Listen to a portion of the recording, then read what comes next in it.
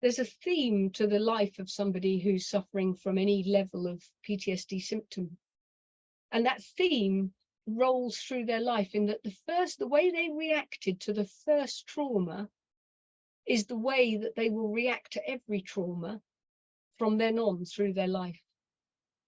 So I've sent you a case history of a chap called Eddie, who's a police officer.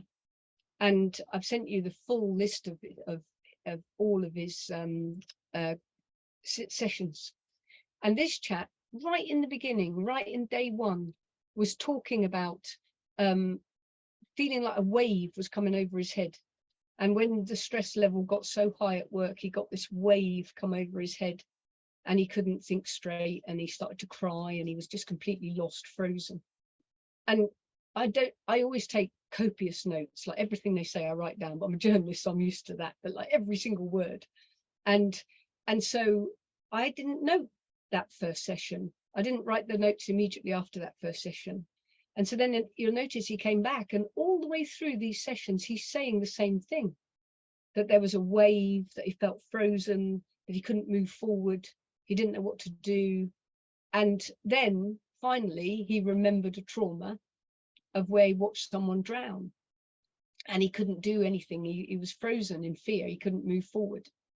And that was when he was slightly older. But then everything he described related to that particular incident when he was 12 and he couldn't swim and he couldn't save this person.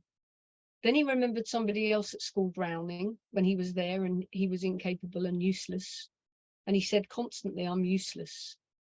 And then he went back to a situation where potentially he was sexually abused as a little one.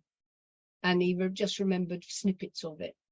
But since those sessions were held, he now has had a couple of dreams where he believes that as a little boy, he was sexually abused and felt frozen and couldn't move and couldn't retaliate, couldn't save himself. And therefore, it was the same theme all the way through his life.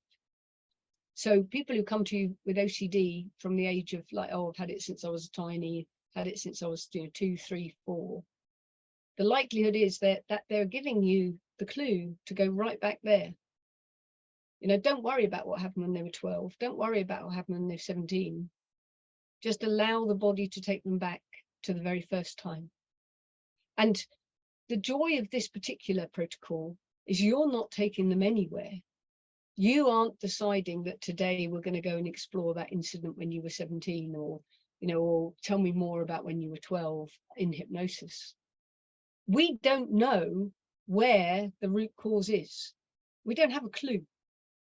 And I will say that openly to my clients in session 1, that at the end of this session, I'm going to make a potential assumption about what might be wrong with you, and it will be 99.9% wrong. And so we won't take any notice of that. We'll just carry on. And you'll get to session 3 and you've got a handle on this person and you're pretty sure you know what's wrong with them. And you're pretty sure that I understand this. And then suddenly in session 4, they'll just take a weird right turn and you'll suddenly realize that you did not know at all, and nor did they. But the minute you find the root, all those symptoms will vanish.